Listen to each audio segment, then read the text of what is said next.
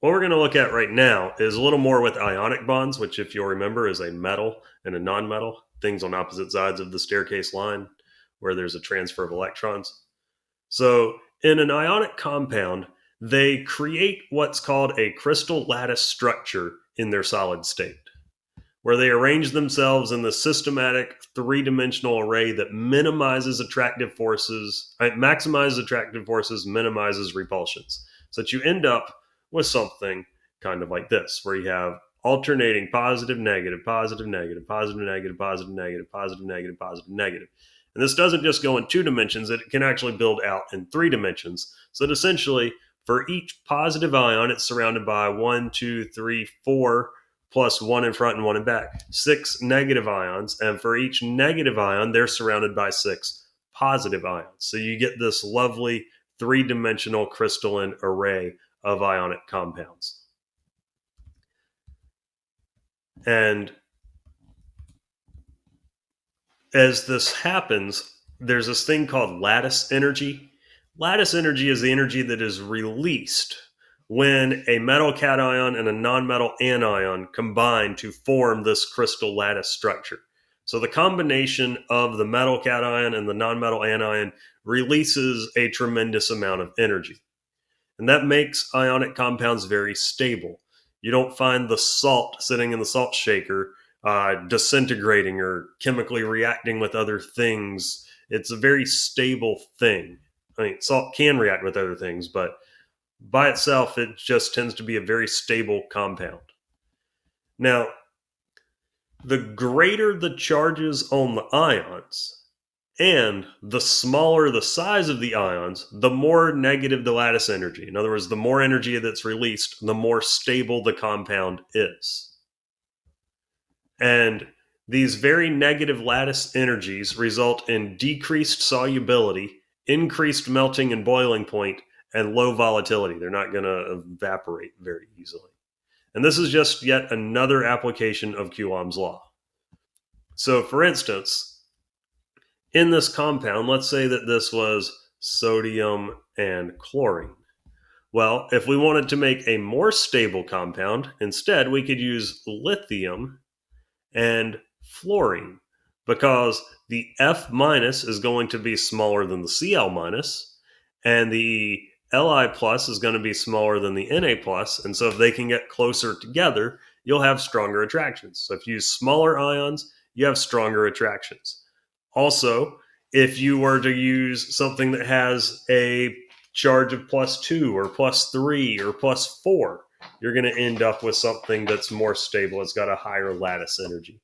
So if instead of sodium chloride, we use, say, calcium chloride, where calcium's a +2 and chlorine's a -1, that's going to have a greater lattice energy associated with it.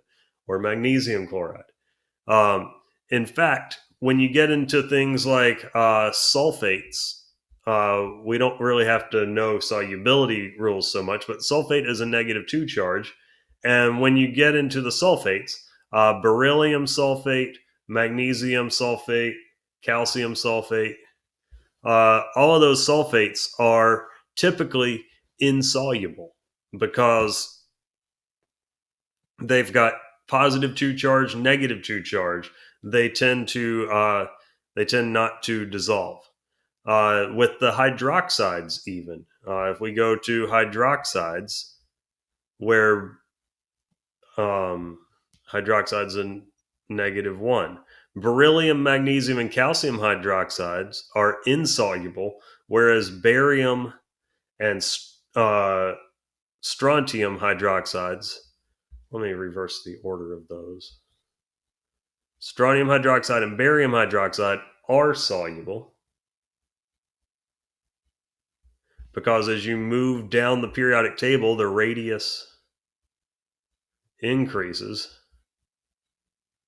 So the lattice energy would decrease, meaning that it's easier to break apart strontium hydroxide and barium hydroxide because strontium and barium are just so much larger, while beryllium, magnesium, and calcium hydroxides are going to be more strongly attracted. So those are some differences. So the greater the charges, the tends to be the less soluble, and the more stable, the more exothermic the lattice energy is of these compounds.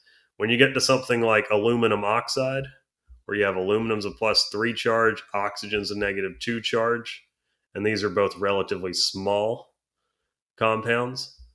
Aluminum oxide is completely insoluble. It's an incredibly stable compound.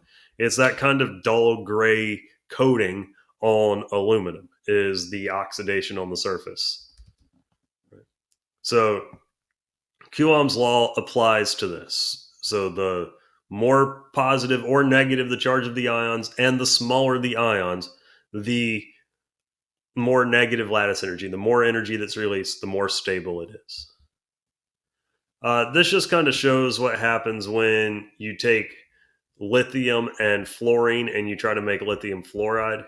So, first of all, lithium is normally a solid. So, if you turn it into a gas and then you ionize the lithium right there, and then you separate the fluorine into an individual fluorine atom, and then you transfer that electron to the fluorine.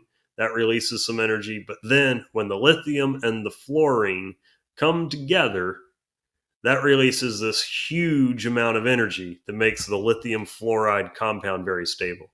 And so, this huge energy release, when you combine lithium and fluorine together, is the lattice energy that makes it very stable.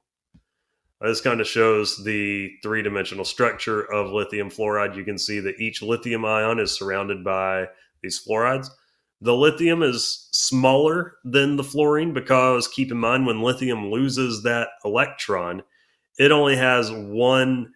It only has one electron shell, the first energy level, because it's lost that 2s electron. So the lithium ion is incredibly tiny compared to just the lithium atom.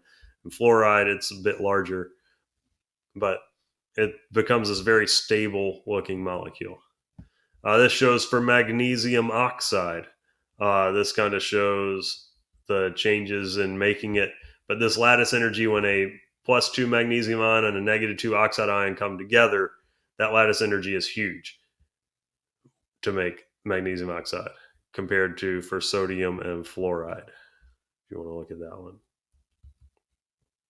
Now, all of this leads to some unique properties of ionic compounds. They have low vapor pressures. They don't have a high pressure above them as a gas because, they stay together as a solid.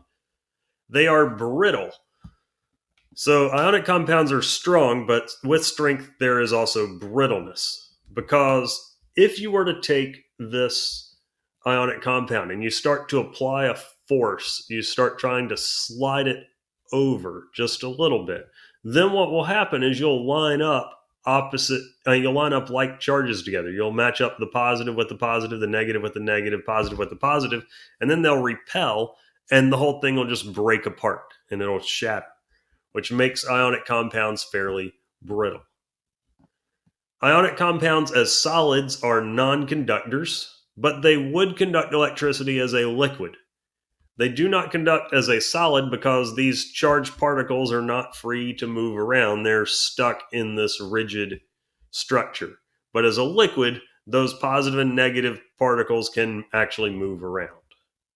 And if you dissolve it in water, if it's soluble, then those ions will move about freely, allowing it to conduct electricity because you'll have negative and positive charges moving around. Because to dissolve this in water, you would have to physically separate those charges. And when we get into Unit 3, we'll learn about the energy changes associated with that and why some things can dissolve. But aluminum oxide, for instance, is insoluble, so it does not conduct electricity when dissolved in water because it doesn't dissolve. But this is a key test to identify ionic compounds. If it dissolves in water and conducts electricity, it's definitely ionic. Right? If it doesn't dissolve, well, then the test is inconclusive. But if it dissolves and conducts electricity, it's definitely an ionic compound. And ionic compounds are insoluble in nonpolar solvents because to break them apart, as we'll see in our next unit, you need something that's got charges on it, and polar compounds have partial charges on each end of them to overcome the attractive forces within the ionic compound. One last thing to look at is with transition metals. For the first 5 transition metals, their maximum charges involve the loss of their S and D electrons. And then beyond that, a +2 charge becomes the most common state as those D electrons become more stable and lower in energy. Um, so if we look at, for instance, scandium,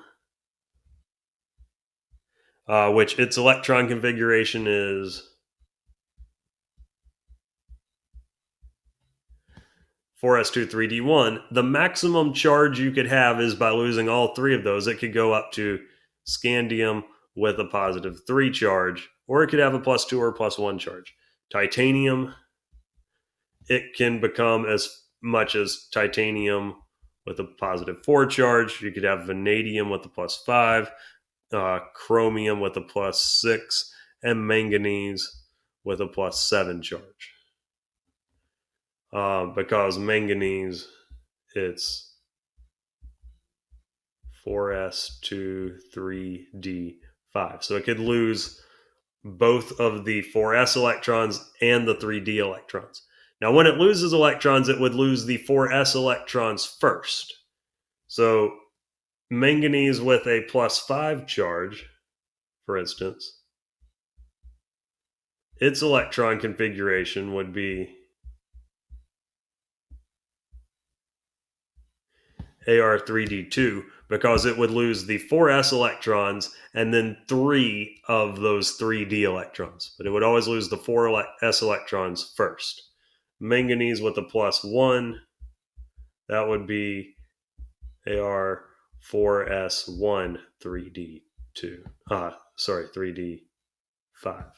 So it would just lose one of those. Once you go past the first 5 electrons, the first 5 elements in the row on the transition metals, then you typically are going to have +2 charges. You can have +1 or +3 charges. It becomes a little harder to predict. But for those first 5 elements, those are the maximum charges.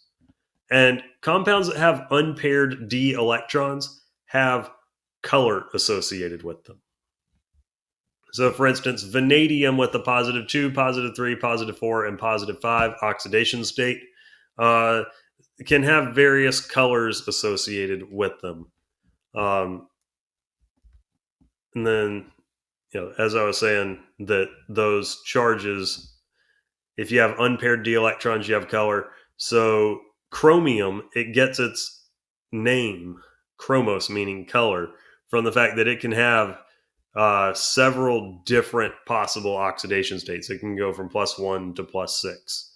And those compounds have very distinctive colors associated.